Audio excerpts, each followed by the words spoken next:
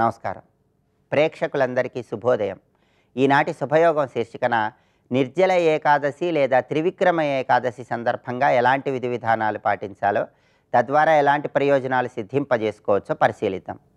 జ్యేష్ఠ మాసంలో శుక్లపక్షంలో వచ్చే ఏకాదశి తిథిని నిర్జల ఏకాదశి లేదా త్రివిక్రమ ఏకాదశి అనే పేర్లతో పిలుస్తారు. ఈ నిర్జల ఏకాదశి రోజు ఎలాంటి విధి విధానాలు పాటించాలో చతుర్వర్గ చింతామణి స్మృతి కౌస్తుభం అనే ప్రామాణిక గ్రంథాల్లో చెప్పారు. ఈ నిర్జల ఏకాదశి విశిష్టత ఏంటంటే, పురాణాలలో పంచపాండవులలో భీముడు ఈ నిర్జల ఏకాదశి రోజు మంచినీరు కూడా స్వీకరించకుండా ఏకాదశి వ్రతాన్ని ఆచరించాడు.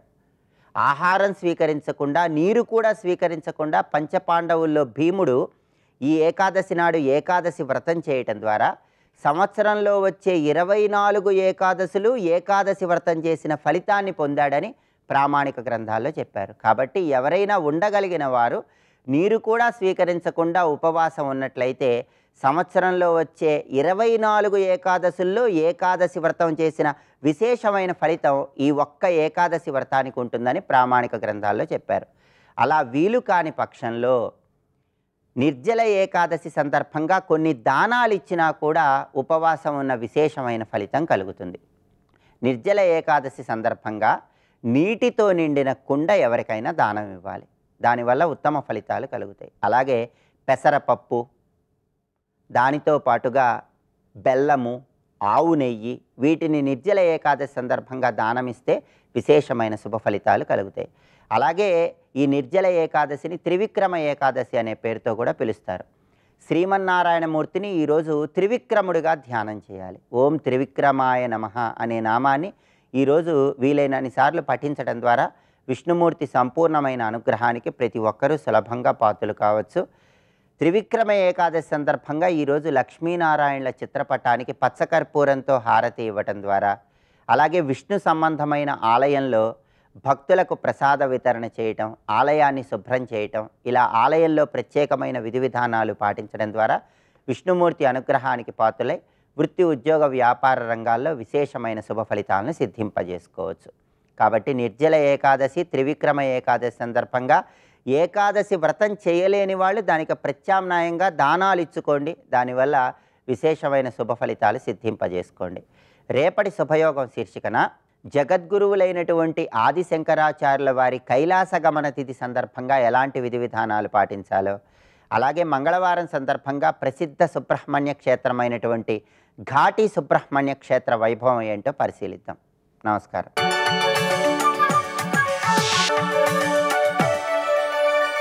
నందకిశోర నవనీత చోర నాద విహార శ్రీధర, నందకిశోర నవనీత చోర నాద విహార శ్రీధర.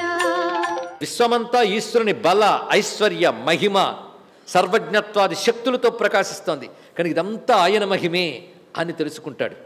క్రమంగా ఆయన మహిమ, ఆయన వేరు కాదు, ఆయనే తత్వత ఆయనే. మొదటి తటస్థ లక్షణం, రెండవది స్వరూప లక్షణం, రెండూ చెప్పాడు ఇక్కడ. కనుక యావాన్ యశ్చాస్మి ఆ మాటలో ఉన్నదండి. అంటే మొదటిది సోపాధిక బ్రహ్మము, రెండవది నిరుపాధిక బ్రహ్మము అన్నారు. సోపాధి అంటే ఉపాధులతో ఉన్నటువంటిది, ఉపాధి అంటే విశ్వమే ఆయన ఉపాధి, అది విశ్వరూప సందర్శనం. విశ్వమంతా ఆయన రూపంగా చూడడం యావన్, విశ్వాతీతుడుగా చూడడం యశ్చ. విశ్వము ఆయనే, విశ్వాతీతుడు ఆయనే. కనుక ముందు విశ్వమంతా ఆయనగా చూస్తాడు, విశ్వమే ఆయన ఉపాధి, అదే విశ్వరూపం చూపించాడు. ఆ విశ్వరూపంలో తాను చూపించిన సర్వదేవతలు ఆయన రూపములే. అందుకే ఆయన ధరించిన వివిధ రూపములు తెలుసుకుంటాడు, ఏ రూపము లేని తత్వాన్ని తెలుసుకుంటాడు. అందుకే సోపాధిక నిరుపాధిక తత్వము నేననే జ్ఞానం భక్తి కలిగిన వాడికి మాత్రమే ఉంటుంది. కనుక భక్త్యా మామభిజానాతి. ఏ భక్తి? పరాభక్తి సిద్ధించిన వాడికి సోపాధికంగా నేను కనబడ్డా, నిరుపాధికమైన నా తత్వం మరవకుండా నేనే ఇలా కనబడుతున్నానని తెలుసుకుంటాడు. ఇలా కనబడుతున్నవాడు నిజానికి వీటికి అతీతంగా ఉన్నాడని తెలుసుకుంటాడు. ఇది దీని యొక్క అర్థం అంటే ఇక్కడ. అందుకే భక్త్యా మామభిజానాతి యావన్ యశ్చాస్మి తత్వతః. తత్వతః అంటే యథార్థముగా అని, ఆ చూచుట అంటే అనుభవించుట. తతో మాం తత్వతో జ్ఞాత్వా విశతే తదనంతరం. ఈ విధంగా తత్వముతో తెలుసుకున్నవాడై అనంతరం తదుపరి నాలో లీనమవుతున్నాడు, నాలో ప్రవేశిస్తున్నాడు. విశతే తదనంతరం అంటే పరమాత్మని ఈ విధంగా తెలుసుకుని అందులో ప్రవేశిస్తున్నాడు. అంటే తెలుసుకొనుట ప్రవేశించుట లేదు నాయన, తెలుసుకోవడమే ప్రవేశించుట అని చెప్పాడు ఇక్కడ. తెలుసుకొనుట అంటే అనుభవించుట. ఇప్పుడు తెలుసుకున్నాడండి, తర్వాత ప్రవేశిస్తాడండి కాదండి. ప్రవేశిస్తే కానీ తెలియదు, తెలిస్తే కానీ ప్రవేశం లేదు. అనంతరం లేదు, తెలియడమే ప్రవేశం. అందుకే తెలుసుకొని ప్రవేశించిన 2 పనులు లేవు. వాడికి కనబడుతోంది ప్రపంచం, ఇది వాసుదేవుడే. అతీతంగా ఉన్నవాడు వాడు వాసుదేవుడే అనుకుంటాడు. అందుకే సకలమిదమహంచ వాసుదేవ, సకలం ఇదం అహంచ వాసుదేవ. అది వాడి యొక్క స్థితి అండి. సర్వము వాసుదేవుడే. అదే వాసుదేవ సర్వమితి సమహాత్మాసు దుర్లభ. ఇది వాడికి తత్వతః తెలిసి ప్రవేశిస్తున్నాడంటే అదే తానైపోతున్నాడు. తెలుసుకున్నట్టే ప్రవేశించుట అనే విషయాన్ని చూపించారు.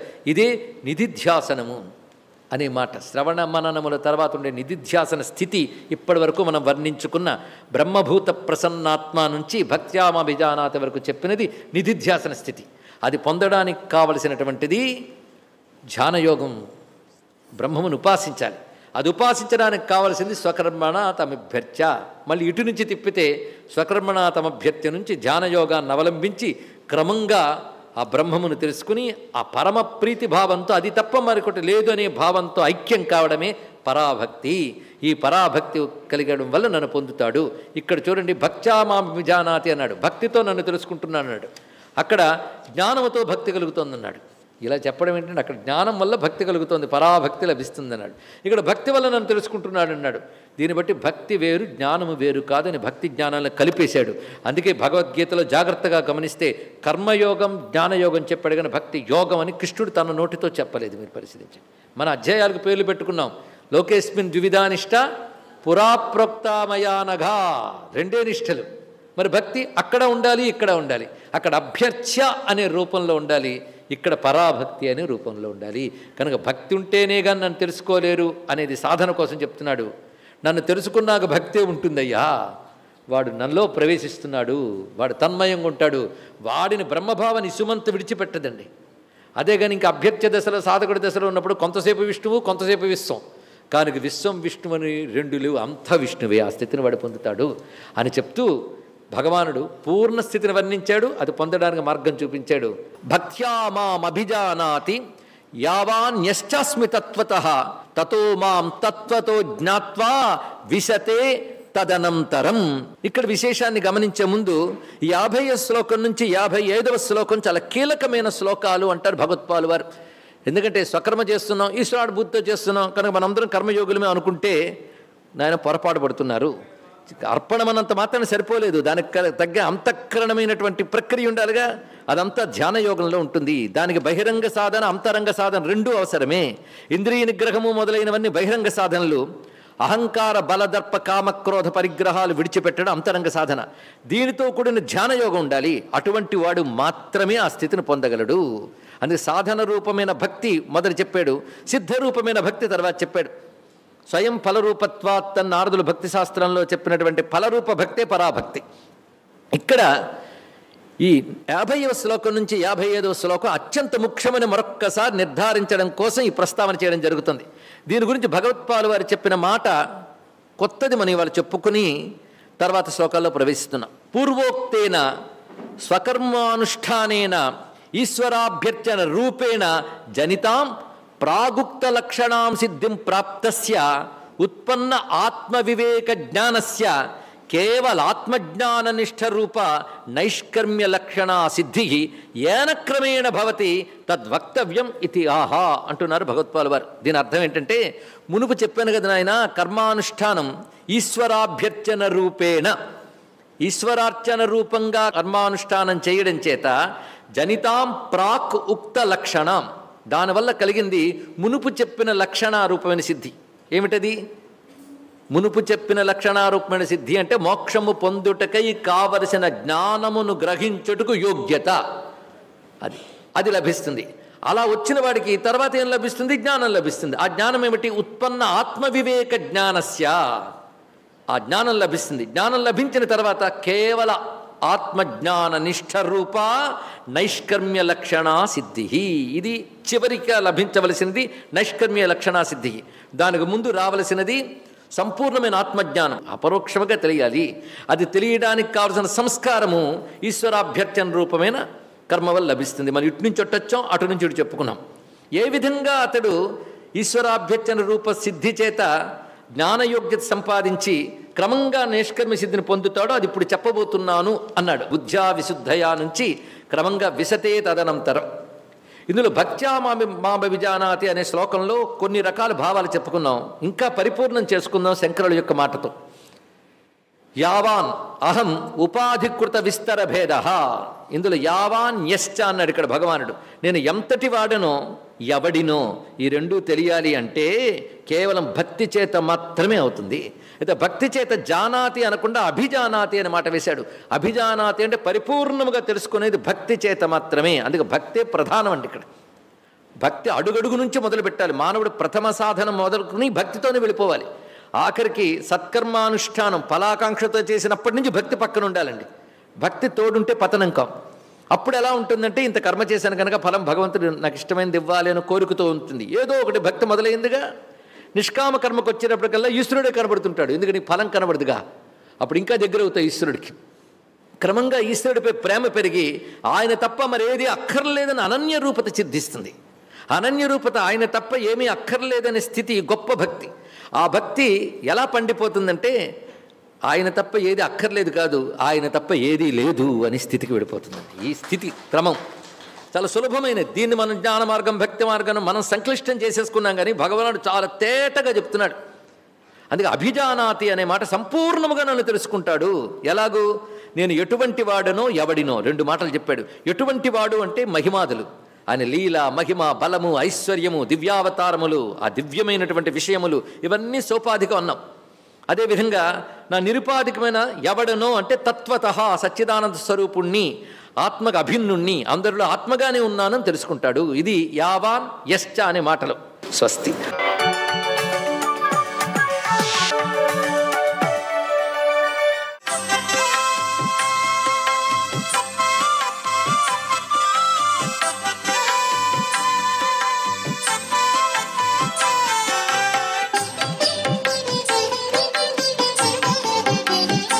ఓం నమో నారాయణాయ. ఓం నమః శివాయ. శ్రీమాత్రే నమః. ఈరోజు జ్యేష్ఠ శుద్ధ ఏకాదశి సోమవారం. ఏకాదశి అనగానే దశపాపహర అనేటువంటి వ్రతం కూడాను ఆచరిస్తాం. అంటే మనం చేసిన పాపాలన్నీ కూడాను పూర్తిగా తొలగిపోయి ఆ యొక్క అంతర్యామి యొక్క అద్వితీయమైనటువంటి ప్రభావాన్ని మనం సాధించుకోవడానికి జన్మ సార్థకత చేసుకోవడానికి కూడాను ఈ ఏకాదశి వ్రతం అనేటువంటిది చాలా చక్కగా సహకరిస్తుంది. అందుకనే ఈ ఏకాదశి నాడు కేవలం మంచినీరు కూడాను ముట్టుకోకుండా ఉపవాసం ఆచరించేటువంటి విధి విధానం కూడాను మనకు శాస్త్రంలో చెప్పారు. అంతేకాకుండా దీన్ని త్రివిక్రమ ఏకాదశి అని కూడా పిలవడం జరిగింది. ఈరోజు ఉపవాసం ఉండి మహావిష్ణువు యొక్క విష్ణు సహస్రనామావళిని పఠించడం, కేవలం అది చదవలేము అనుకునేటువంటి వాళ్ళు శ్రీరామ రామ రామేతి రమే రమే మనోరమే సహస్రనామ తత్తుల్యం రామనామ వరాననే అనేటువంటి ఆ ఒక్క శ్లోకాన్ని చదివినా కూడాను విశిష్టవంతమైనటువంటి ప్రభావాన్ని ఆ యొక్క అంతర్యామి మనకు ప్రసాదిస్తాడు. ద్వాపరయుగంలో శ్రీకృష్ణ పరమాత్మ భీమసేనునికి ఏకాదశి వ్రతం యొక్క గొప్పతనం గురించి చెప్పినప్పుడు దాన్ని భీముడు ఆచరించి సత్ఫలితాల్ని కూడా పొందినట్టుగా మనకు శాస్త్రాల్లో చెప్పినటువంటి విధి విధానం ఉంది. అందుచేత ఈ రోజున విష్ణుమూర్తిని ప్రార్థన చేసేటువంటి వాళ్ళు మనస్ఫూర్తిగా ధ్యానించి ఆయనకు ప్రీతికరమైనటువంటి తులసి మాలికను స్వామికి సమర్పించి తీపి పదార్థములను నైవేద్యంగా కనుక సమర్పించినట్లయితే ఆ యొక్క పరమాత్మ యొక్క దివ్యవంతమైన అనుగ్రహ కరుణా కటాక్ష వీక్షణాల్ని పరిపూర్ణంగా మనం సాధించుకోవటానికి ఆస్కారం ఈ ఎంతగానో ఉంటుంది అంటోంది సంప్రదాయం. సర్వే జనా సుఖినో భవంతు.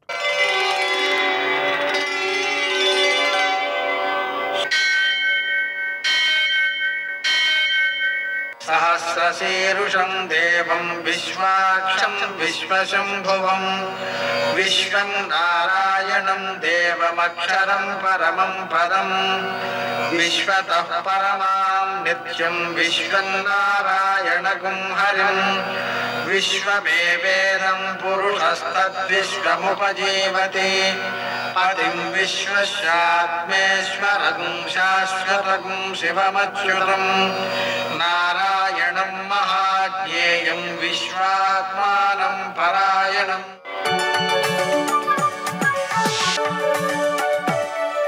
సూర్యశౌర్యమథేందురింద్రపదవీ సన్మంగళం మంగళం. ఈటీవీ ప్రేక్షకులకు నమస్కారం.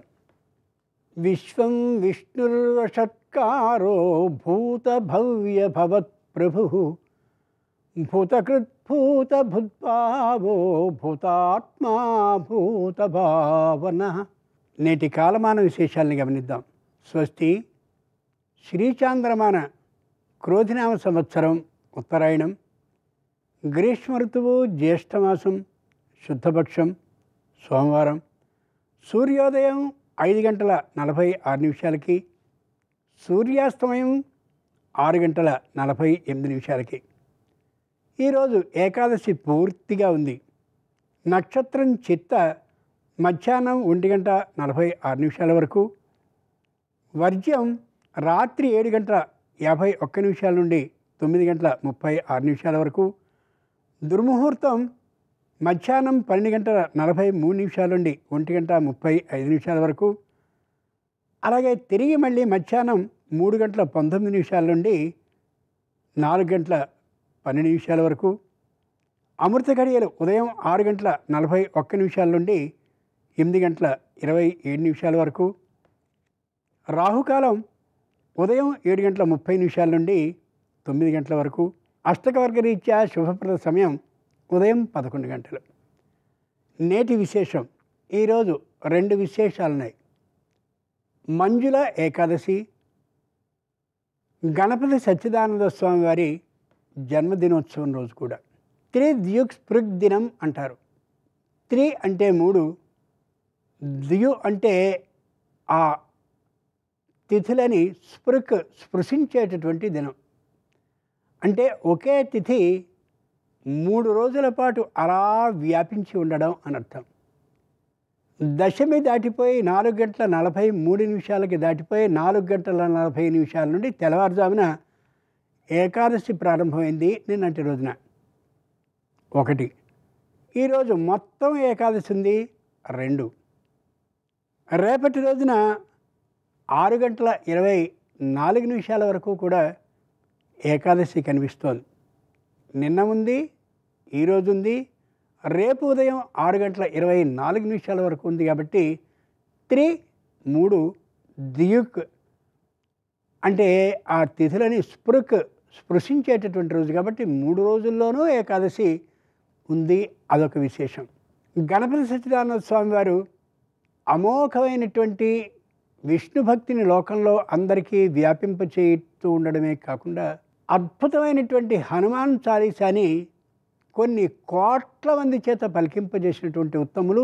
దీంతో పాటుగా ఈరోజు ఉపవసించి విష్ణు సహస్రనామ పారాయణాన్ని కానీ చేసినట్లయితే, అలాగే యతులు కూడా విష్ణు సహస్రనామాన్ని పారాయణం చేయిస్తే, సంపూర్ణ ఉపవాస దీక్షతో కానీ ఉంటే సాక్షాత్తు శ్రీ మహావిష్ణు అనుగ్రహం కలుగుతుందని పురాణం చెప్తున్నటువంటి సత్యం. ఈ విధంగా ఈ రోజంతా కానీ పూర్తిగా మనం చేయగలిగినట్లయితే ఆ ఏకాదశి పవిత్ర విధానం మన మీద కలిగి శ్రీ మహావిష్ణు అనుగ్రహం సంపూర్ణంగా లభిస్తుందనే యథార్థాన్ని తెలియజేస్తుంది ప్రతి పురాణము అలాగే ఇతిహాసాల్లో కొన్ని కూడా. నేటి ఆణిముత్యాలు.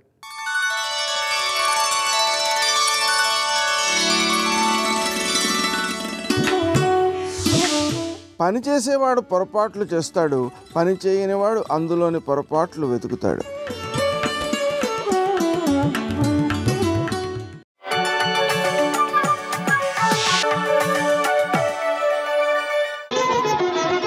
జయ జయ జయ జయ జయ శ్రీ హనుమా, జయ జయ జయ జయ ప్రభుదయ గనుమా.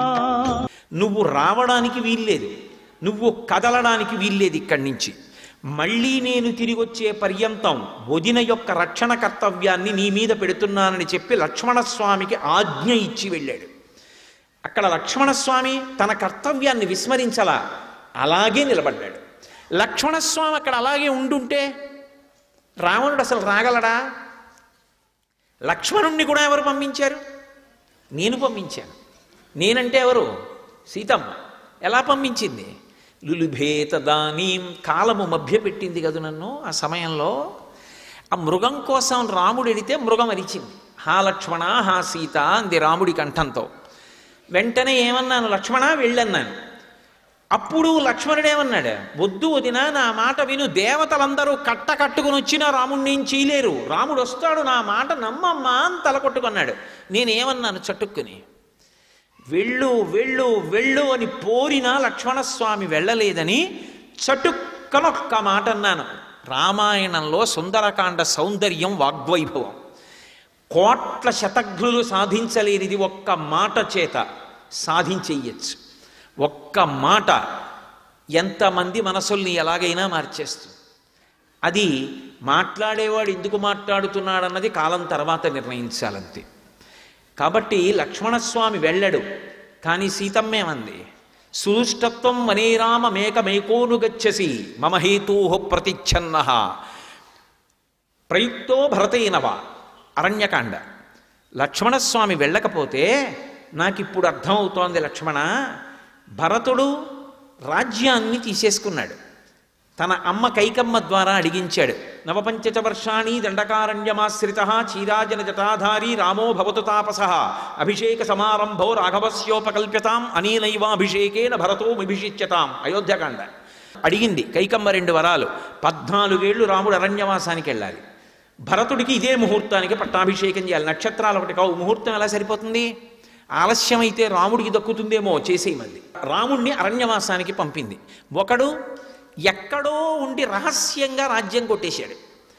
అక్కడే ఉన్నవాడు రాజ్యం పోయినా నన్ను చూసుకో, మీ అన్న బతుకుతాడు, మీ అన్నకి నేను శాంతిస్థానం. ఇది భార్యాస్థానం అంటే. ఎన్ని కష్టాలు వచ్చినా భార్య మీకు ఎందుకండి, మీరు నమ్ముకున్న ఈశ్వరుడు లేడా అని ఒక్క మాట అంటే పురుషుడు నిలదొక్కుంటాడు.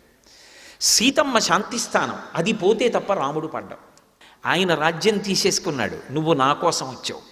మీ అన్న అరిచాడు, నువ్వు వెళ్ళవు, నాకు తెలుసు.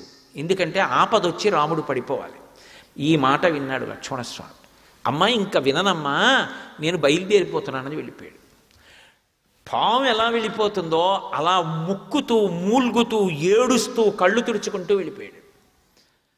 వెళ్ళిపోతే ఏమైంది? లక్ష్మణస్వామి వెళ్ళాడు. లక్ష్మణస్వామికి రాముడికి కూడా దూరం అయిపోయాడు. మాట కదు కొట్టేసింది దెబ్బ నన్ను.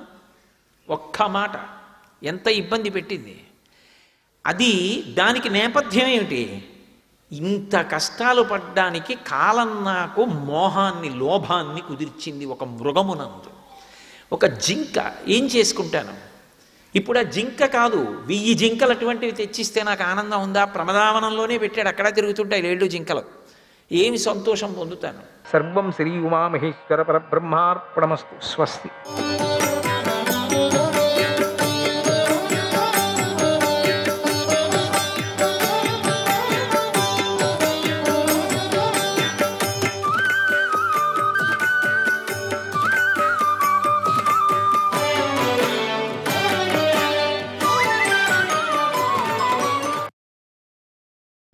ఏ చ బ్రూయుస్తవాస్మీతి ఏ చ స్యు శరణాగతాః ఏ చ స్యుః శరణాగతాః విముక్త మూర్ధజాయే చ విముక్తమూర్ధజాయే చ ఏ చాపి హతవాహనాః ఏ చాపి హతవాహనాః. నిద్రిస్తున్న వాణ్ణి, శస్త్రాలు విడిచిపెట్టిన వాణ్ణి, రథం లేని వాణ్ణి, వాహనం లేని వాణ్ణి, నీ వాడిని అని అన్నవాడిని, శరణు కోరిన వాడిని, తల వెంట్రుకలు విడిచిపెట్టిన వాడిని, వాహనాలు మరణించిన వాడిని చంపటం ధర్మం కాదు. అలా చేస్తే లోకం మన్నించదు, మెచ్చుకోదు, ఒప్పుకోదు. ఓ ప్రభు, సేనాపతి, పాంచాలురందరూ ఈరోజు రాత్రి కవచాలను విడిచిపెట్టి ఉన్నారు. విశ్వాసంతో నిశ్చేతనులై నిద్రిస్తూ ఉన్నారు, నమ్మకంతో నిద్రిస్తున్నారు. నిజాయితీని విడిచిపెట్టి ఈ స్థితిలో ఉన్న వాడికి ద్రోహం చేసిన వాడు అగాధమైన నరకంలో మునిగిపోతాడు. నువ్వు నిజాయితీ విషయాలు పెడుతున్నావు, నువ్వు నరకంలో పడతావు. ఇక అతన్ని ఎవడు కాపాడతాడు? నేను లోకంలో నువ్వు సర్వాస్త్రాలతోనూ పండితుడు, నువ్వు అంత పెద్ద పండితుడు, నువ్వు శ్రేష్ఠుడు అని కూడా ప్రసిద్ధికి ఎక్కావు. ఇప్పటి వరకు నీలో ఏ చిన్న దోషం కూడా కనిపించలేదు. నువ్వు సూర్యుడి వంటి తేజస్సు కలవాడివి. రేపు సూర్యుడు ఉదయించగానే సర్వ ప్రాణులు చూస్తూ ఉండగా యుద్ధంలో శత్రువులను జయించు. నువ్వు నిందించబడే పని చేస్తున్నావు. దీన్ని మేము ఊహించలేకపోతున్నావు. నువ్వు చేసే చెడు పని ఎలా ఉంటుందంటే తెల్లని వస్త్రంపై ఎర్రని మరక వంటిది అవుతుంది కదా అన్నాడు. నా మాట విను, రేపు పొద్దున వెళదాం యుద్ధానికి. ఆ మాటలు విని అశ్వత్థామ ఇలా అన్నాడు, మామా, నువ్వు సత్యం చెప్పావు, బాగుంది, నీ మాటలలో ఏ సందేహమూ లేదు. కానీ పాండవుల ప్రవర్తనను ఒకసారి పరిశీలించు. వారు నువ్వు చెప్పిన ఈ ధర్మసేతువును ఇంతకుముందే 100 ముక్కలు చేశారు. వారు ధర్మంగా నడుచుకోలేదు కదా. రాజులందరూ చూస్తూ ఉండగా నువ్వు దగ్గరగా ఉన్నప్పుడే నా తండ్రి శస్త్ర సన్యాసం చేశాడు. అప్పుడు నా తండ్రిని దృష్టద్యుమ్నుడు చంపేశాడు. అలాగే రతిక శ్రేష్ఠుడైన కర్ణుడు రథచక్రం భూమిలోకి దిగబడిపోయింది. కర్ణుడు పెద్ద సంఘటనలో పడిపోయాడు. ఆ సమయంలో అర్జునుడు కర్ణుడిని చంపేశాడు అన్నాడు. అశ్వత్థామకు కారణాలు అనవసరం, కంటి ముందు కనిపించేదే సత్యం. ధర్మాలు శాస్త్రాలు పూర్ణంగా చదువుకోని వారు, తెలియని వారే ఇలా మాట్లాడతారు అప్పుడప్పుడు. అశ్వత్థామ మళ్ళీ ఇలా అన్నాడు. అలాగే అర్జునుడు శిఖండిని ముందుంచుకొని భీష్ముడిని శస్త్రహీనుడిని చేశాడు, నిరాయుధుడిని చేశాడు, తర్వాత పడగొట్టాడు. అలాగే భూరిశ్రవుడి మరణం కూడా అధర్మపరంగానే జరిగింది. అతడు రణభూమిలో ప్రాయోపవేశం చేసి ఉన్నాడు. అప్పుడు రాజులందరూ ఆక్రోశిస్తూ ఉన్నారు, వద్దు వద్దు అని వారిస్తూ కూడా ఉన్నారు. అయినా సాత్వికి వినిపించుకోలేదు, భూరిశ్రవుడిని చంపేశాడు. భీమసేనుడు కూడా అంతే, రణభూమిలో రాజులందరూ చూస్తూనే ఉన్నారు, అయినా లెక్క చేయకుండా గదతో దుర్యోధనుడిని అధర్మంగా పడగొట్టేశాడు. పాండవ పక్షంలోని అనేక మంది మహారథులు చుట్టూ ఉన్నారు, అయినా భీముడు అధర్మంగా దుర్యోధనుడిని పడగొట్టాడు. తొడలు విరిగిన ఆ రాజు దుఃఖిస్తూ ఉన్నాడని వార్తాహారులు చెప్పగా నేను అతడి బాధను అర్థం చేసుకున్నాను. ఇలా పాపాత్ములైన ఆ పాంచాలురు అధర్మంగా ప్రవర్తించారు, ధర్మం అనే వంతెనను బద్దలు చేశారు, హద్దులను అతిక్రమించారు. అలాంటి వారిని నువ్వెందుకు నిందించటం లేదు? వారు అధర్మాత్ములు కారా? వాళ్ళు ధర్మాత్ములే అంటున్నావు కదా, నువ్వు అధర్మాత్ములు కదా వాళ్ళు.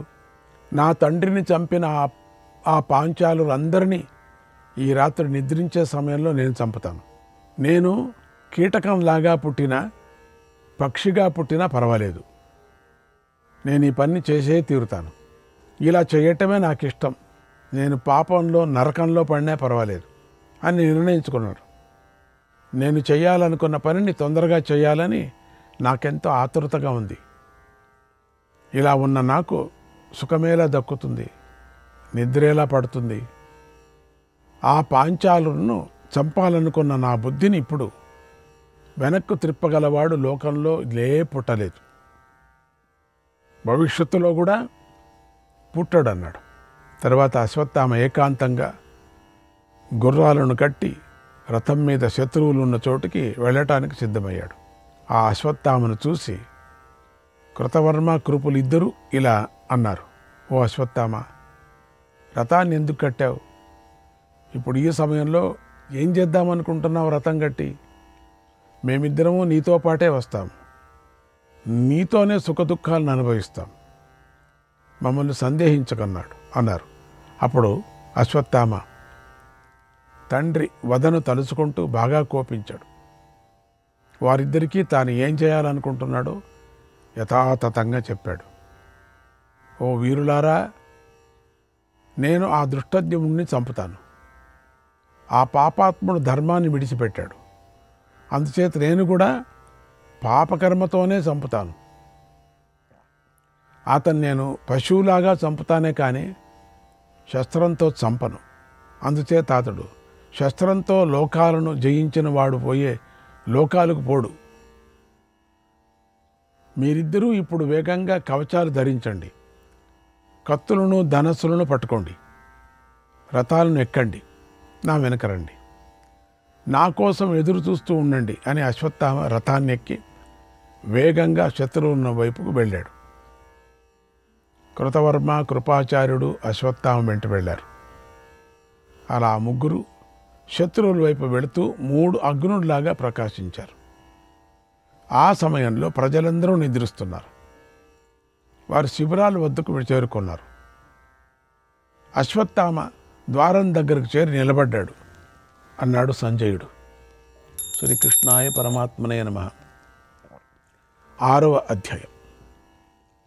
సంజయుడు ఇలా చెప్పాడు, ఓ మహారాజా, అశ్వత్థామ కృతవర్మ కృపల నుండి వీడ్కోలు తీసుకున్నాడు. ఎంతో కోపంతో శిబిర ద్వారం వద్దకు చేరుకున్నాడు. ద్వారాన్ని దాటపోతూ హఠాత్తుగా ఆగి చూశాడు. అక్కడ చంద్ర సూర్యుల తేజస్సుతో విశాల శరీరంతో ఒక పురుషుడు ఉన్నాడు. అతన్ని అశ్వత్థామ చూశాడు. అతడు ద్వారానికి అడ్డంగా నిలబడి ఉన్నాడు. అతను చూస్తుంటే ఒళ్ళు కంపిస్తుంది, జలధరిస్తుంది. ఆ పురుషుడు నెత్తిరోడుతున్నటువంటి పులితోలను ధరించి ఉన్నాడు. జింక చర్మాన్ని ఉత్తరీయంగా వేసుకొని ఉన్నాడు. పాములను యజ్ఞోపవీతంగా ధరించున్నాడు. అతడి బాహువులు లావుగాను పొడవుగాను ఉన్నాయి. అతడు ఎన్నో ఆయుధాలను పట్టుకొని ఉన్నాడు. పెద్ద పాములను అంగదాలుగా ధరించాడు. అతడి ముఖం నుండి అగ్ని జ్వాలలు వ్యాపిస్తున్నాయి. అతడు నోరు తెరుచుకొని ఉన్నాడు. కోరలతో అతడు అతి భయంకరంగా కనిపిస్తూ ఉన్నాడు. అతడు వేల కొద్ది విచిత్రమైన కళ్ళతో శోభిస్తూ ఉన్నాడు కూడా. అతడి శరీరాన్ని, వేషాన్ని వర్ణించి చెప్పడం సాధ్యం కాదు, అంత భయంకరంగా కనపడుతున్నాడు. అతడిని అన్ని కోణాల నుండి చూస్తే పర్వతాలు కూడా బరదలైపోతాయి, అట్లా ఉన్నాడు. అతడి ముఖం నుండి, ముక్కు నుండి, చెవుల నుండి, ముక్కు రంధ్రాల నుండి, ఆ వేలాది కన్నుల నుండి అన్ని వైపులకు పెద్ద పెద్ద జ్వాలలు వేగంగా వెలుపడుతూ ఉన్నాయి. అన్ని చోట్ల నుంచి వస్తున్నాయి. తథా తేజో మరిచిభ్యః శంఖచక్ర గదాధరాగ ప్రాదురాసన ఋషికేశాగ శతశోథ సహస్రశః శతశోథ సహస్రశః. తర్వాత ఆ పురుషుడు తేజ కిరణాల నుండి శంఖచక్ర గదలను ధరించినటువంటి విష్ణుమూర్తులు 100 వేలుగా అక్కడ ప్రకటమయ్యారు. అద్భుతమైన ఆ పురుషుడు లోకభయంకరంగా ఉన్నాడు. అతన్ని చూసి అశ్వత్థామ కలస చెందలేదు. వేగంగా దివ్యాస్త్రాలను ప్రయోగించాడు. ఆ పురుషుడు పెనుభూతంలాగా ఉన్నాడు. అశ్వత్థామ ప్రయోగించిన బాణాలను ఆ భూతం విరింగేసింది. అశ్వత్థామ తన బాణాల వ్యర్థం కావటాన్ని చూసి ఆశ్చర్యపోయాడు. వెంటనే రథశక్తిని ఆ భీకర పురుషుడిపైకి ప్రయోగించాడు. అది ప్రళయకాలంలో ఆకాశం నుండి జారుతున్నటువంటి పెద్దతో ఒక చుక్కలాగా ఉంది. అది సూర్యుడికి తగిలి శిథిలమైనట్లుగా ప్రజ్వలిస్తూ ఆ రథశక్తి ఆ భూతాన్ని తాకి బద్దలైపోయింది. తర్వాత అశ్వత్థామ దివ్య ఖడ్గాన్ని పట్టుకున్నాడు. దానిని ఆ భూతానిపైకి విసిరేశాడు. ఆ కత్తి భూతంలోకి దూసుకొని వెళ్ళిపోయింది. అందుకు అశ్వత్థామ కోపించాడు. వెలిగిపోతున్నటువంటి తన గదను అతడిపైకి విసిరేశాడు. దాన్ని కూడా ఆ భూతం మింగేసింది. ఇక అశ్వత్థామ వద్ద అన్ని ఆయుధాలు అయిపోయాయి, ఏమీ మిగలేదు. అప్పుడు అశ్వత్థామ కంగారు పడి అటు ఇటు చూశాడు. అపశత్ కృతమాకాశం అనాకాశం జనార్దనై.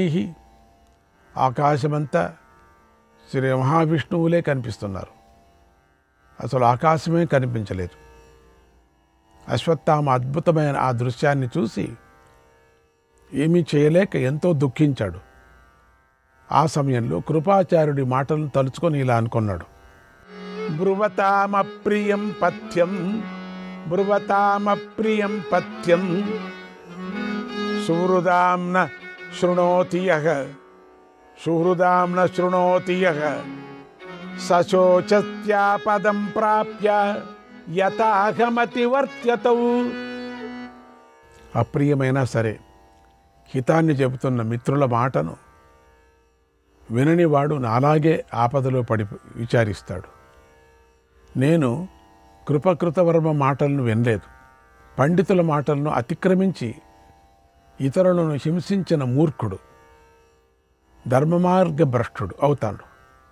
చెడు మార్గంలో నడిచి దెబ్బతింటాడు. గోబ్రాహ్మణ నృప శ్రీషు సఖ్యుర్మాతుర్గురోస్తథా హీన ప్రాణ జడాంధేషు హీన ప్రాణ జడాంధేషు సుప్తపీతోత్థితేషు చ సుప్తపీతోత్థితేషు చ మత్తోన్మత్త ప్రమత్తేషు మత్తోన్మత్త ప్రమత్తేషు నశస్త్రాణి చ పాతయేత్ నశస్త్రాణి చ పాతయేత్. గోవులపైన, బ్రాహ్మణులపైన, స్త్రీలపైన, మిత్రులపైన, తల్లిపైన, గురువుపైన, దుర్బలుడిపైన, జడుడిపైన, అంధుడిపైన, నిద్రిస్తున్న వాడిపైన, బెదరిన వాడిపైన, మత్తుడిపైన, ఉన్మత్తుడిపైన, ఏమనిపాటు చెందిన వాడిపైన ఆయుధాలను ప్రయోగించరాదు అని పెద్దలు పూర్వమే చెప్పారు. ఎల్లప్పుడూ పాటించవలసిన నీతిని చెప్పారు. కానీ నేను శాస్త్రం చెప్పిన ఆ సనాతన మార్గాన్ని విడిచిపెట్టి చెడు మార్గంలో నడిచాను. ఇప్పుడు భయంకరమైన ఆపదలో పడ్డాను. మహాకార్యాన్ని మొదలుపెట్టి భయంతో వెనుదిరగటం ఎంతో దుఃఖాన్ని కలిగిస్తుంది. లేదా శక్తి బలాలతో ఉండి కూడా ఆ పని చేయటానికి అశక్తుడు కావటం ఇంకా ఎంతో దుఃఖాన్ని కలిగిస్తుంది. ఇవి మరీ ఇబ్బంది పెట్టే ఆపదలోనే బుద్ధిమంతులు చెప్పారు. మానవ ప్రయత్నం దైవం కన్నా గొప్పది కాదు. మానవ ప్రయత్నంతో కర్మ చేస్తున్నప్పుడు అది దైవికంగా సిద్ధించకపోతే ఆ మనిషి ధర్మ మార్గాన్ని విడిచి ఆపదలు పడిపోతాడు. పనిని ప్రారంభించి భయంతో ఆపి వెనకడుగు వేసినట్లయితే ఆ ప్రతిజ్ఞను అజ్ఞానంగానే పండితులు భావిస్తారు. ఇప్పుడు నేను చేసిన ఈ చెడు పని వల్లనే నాకు ఈ భయం కలుగుతోంది. ద్రోణుని కుమారుడు యుద్ధంలో ఎప్పుడూ వెనక్కు తిరగడు. ఈ మహాభూతం ఎత్తైన దైవదండంలాగా నా దారికి అడ్డంగా నిలబడింది. ఎంతగా ఆలోచించినా ఈ భూతం ఎవరో నాకు తెలియటం లేదు. నా బుద్ధి చెడి అధర్మ మార్గంలో నడిచింది, ఇందులో అనుమానం లేదు. దాని ఫలితంగానే ఈ భీకరమైన ఆపద కలిగింది అని తనకు తానే నిందించుకుంటున్నాడు. ఇప్పుడు దైవం సహకరిస్తే తప్ప నేను పని చేయలేను కనుక నేను ఎప్పుడు శివుణ్ణి శరణు వేడుతాను. ఆయనే ఈ భీకరమైనటువంటి భూతాన్ని నాశనం చేస్తాడు. కపర్దినం దేవదేవం కపర్దినం దేవదేవము ఉమాపతి మనామయం కపాలమాలినం రుద్రం కపాలమాలినం రుద్రం భగనేత్ర హరం హరం. కపర్దినం దేవదేవం ఉమాపతి మనామయం కపాలమాలినం రుద్రం భగనేత్రహరం హరం.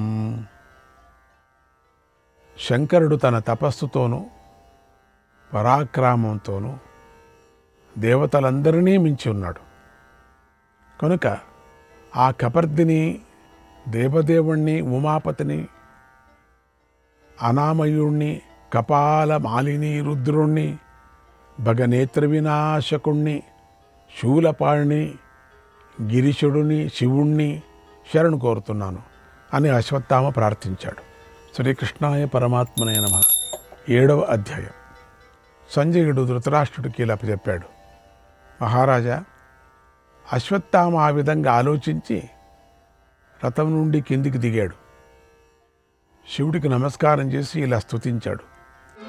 ఉగ్రం స్థాణుం శివం రుద్రం ఉగ్రం స్థాణుం శివం రుద్రం సర్వమీశానమీశ్వరం గిరిశం వరదం దేవం భవభావనమీశ్వరం భవభావనమీశ్వరం. ఓ దేవా, నువ్వు ఉగ్రుడవు, స్థాణువు, శివుడు, రుద్రుడు, శర్వుడు, ఈశానుడు, ఈశ్వరుడు, గిరీశుడు మొదలైన పేర్లతో ఆరాధింపబడుతూ ఉంటావు. నువ్వు వరదాతవు, సృష్టికర్త అయినటువంటి పరమేశ్వరుడు, శితికంఠుడివి, అజుడవు, శుక్రుడవు. నువ్వే దక్షుడి యాగాన్ని ధ్వంసం చేశావు. నువ్వే హరుడవు, విశ్వరూపుడు, విరూపాక్షుడు, అనేక రూపుడవు, ఉమాపతివి. నువ్వే శక్తితో గర్వించేవాడువు, మహాగణపతివి, సర్వవ్యాపకుడివి నువ్వే.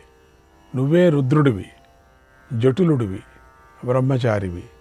అల్పబుద్ధులకు అసాధ్యమైన పవిత్ర హృదయంతో త్రిపుర సంహారువైన నీకు నేను ఆత్మార్పణంతో యాగం చేస్తాను. ఓ దేవా, నువ్వు స్తుతించబడినవాడు, స్తుతించటానికి తగినవాడు, స్తుతించబడుతున్నవాడు. నీకు వైఫల్యం తెలియదు. నువ్వు నీలకంఠుడవు, రక్తవర్ణుడవు, పులితోలను ధరించున్నావు. నువ్వు సహించరానివాడు. నువ్వు శుద్ధ బ్రహ్మవు, బ్రహ్మను సృష్టించినవాడు, బ్రహ్మచారివి, వ్రతశీలుడవు. నువ్వు తపోనిష్ఠుడవు, అనంతుడవు. తపించే వారిని నువ్వు దిక్కు అయి ఉన్నావు. నువ్వు బహురూపుడవు, గుణాధ్యక్షుడవు, త్రిలోచనుడు. నీ అనుచరులకు ప్రియమైనవాడు. కుబేరుడు ఎప్పుడూ నిన్నే చూస్తూ ఉంటాడు. నువ్వే గౌరీ హృదయ వల్లభుడువు. నువ్వే కుమారస్వామి తండ్రివి, పింగళవర్ణం గలవాడు. నువ్వే వృషభ వాహనుడు, సూక్ష్మ వస్త్రధారివి, అతి ఉగ్రుడు, ఉమాదేవివి. అలంకరించటంలో ఆసక్తి గలవాడు, పరాత్పరుడు. నిన్ను మించిందేదీ లేదు. నువ్వే మేటి వెలుకాడవు, దేశ రక్షకుడవు, దిగంతాలలో వ్యాపించినవాడు. హిరణ్య కవచం దేవం హిరణ్య కవచం దేవం చంద్రమౌళి విభూషణం చంద్రమౌళి విభూషణం ప్రపద్యే శరణం దేవం ప్రపద్యే శరణం దేవం పరమేణ సమాధిన పరమేణ సమాధిన. బంగారు కవచం గలవాడు, చంద్రమౌళివి. అటువంటి నిన్ను ఏకాగ్రతతో శరణు కోరుతున్నాను. శ్రీకృష్ణాయ పరమాత్మనే నమః.